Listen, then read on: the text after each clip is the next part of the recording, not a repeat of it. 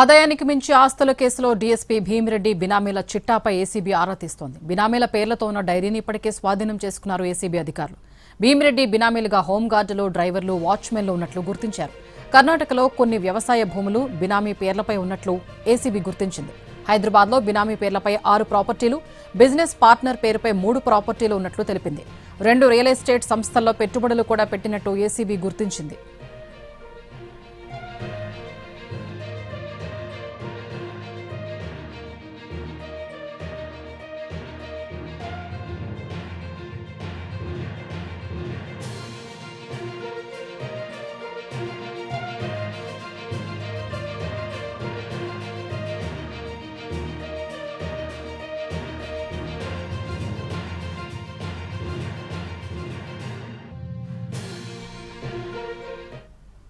ఆదాయానికి మించి ఆస్తుల కేసులో డీఎస్పీ భీమిరెడ్డి బినామీల చిట్టాపై ఏసీబీ ఆరా తీస్తోంది. బినామీల పేర్లతో ఉన్న డైరీని ఇప్పటికే స్వాధీనం చేసుకున్నారు ఏసీబీ అధికారులు.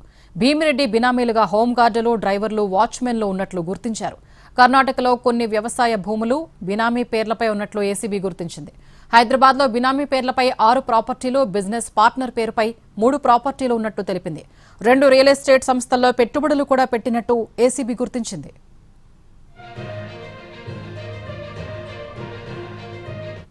రైట్, ఇదే అంశానికి సంబంధించి మరింత సమాచారం మా ప్రతినిధి రాధాకృష్ణ అందిస్తారు. రాధాకృష్ణ, ఎటకేలకు డీఎస్పీ భీమిరెడ్డిని ఏసీబీ అధికారులు అయితే అరెస్ట్ చేయడం జరిగింది. నిన్న సాయంత్రం అతన్ని అదుపులోకి తీసుకున్న తర్వాత ఏసీబీ కార్యాలయానికి తీసుకొని వచ్చారు. అక్కడ సోదాల్లో స్వాధీనం చేసుకున్న ప్రాపర్టీస్ అన్నిటికీ సంబంధించి అతని నుంచి సంతకాలు తీసుకున్న తర్వాత రాత్రి ఉస్మానియా ఆసుపత్రిలో వైద్య పరీక్షలు చేయించడం జరిగింది.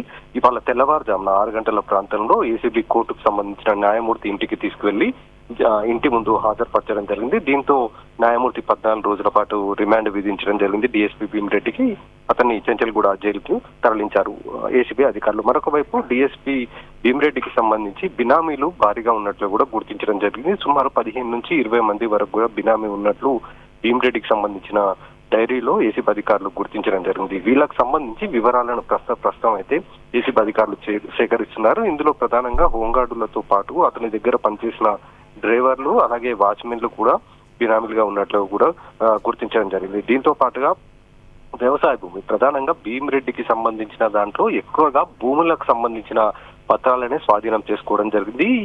తెలంగాణతో పాటు కర్ణాటకలోనూ భారీగా భూములను రిజిస్ట్రేషన్ చేయించుకొని ఉండడం పైనే ప్రధానంగా ఏసీబీ అధికారులు కూడా దృష్టి సారించి ఈ ప్రాపర్టీస్ ఏ విధంగా అంటే ఇతని ఎస్ఐగా అంటే 1995 బ్యాచ్ కు సంబంధించిన ఎస్ఐగా పనిచేస్తున్నప్పటి నుంచి ఇప్పటి డీఎస్పీ వరకు ఇతని సంబంధించిన వేతనాలకు సంబంధించిన వాటిని ఒకవైపు బేరీజ్ చేస్తూ మరొక వైపు ఇంత ప్రాపర్టీస్ ఏ విధంగా కొనుగోలు చేశాడన్న దానికి సంబంధించి ప్రధానంగా భీమిరెడ్డికి నుంచి కొంత స్టేట్మెంట్ అయితే రికార్డు చేయడం జరిగింది. ఇవాళ రిమాండ్ తరలించారు కాబట్టి కస్టడీ పిటిషన్ దాఖలు చేసే అవకాశం కనబడుతుంది.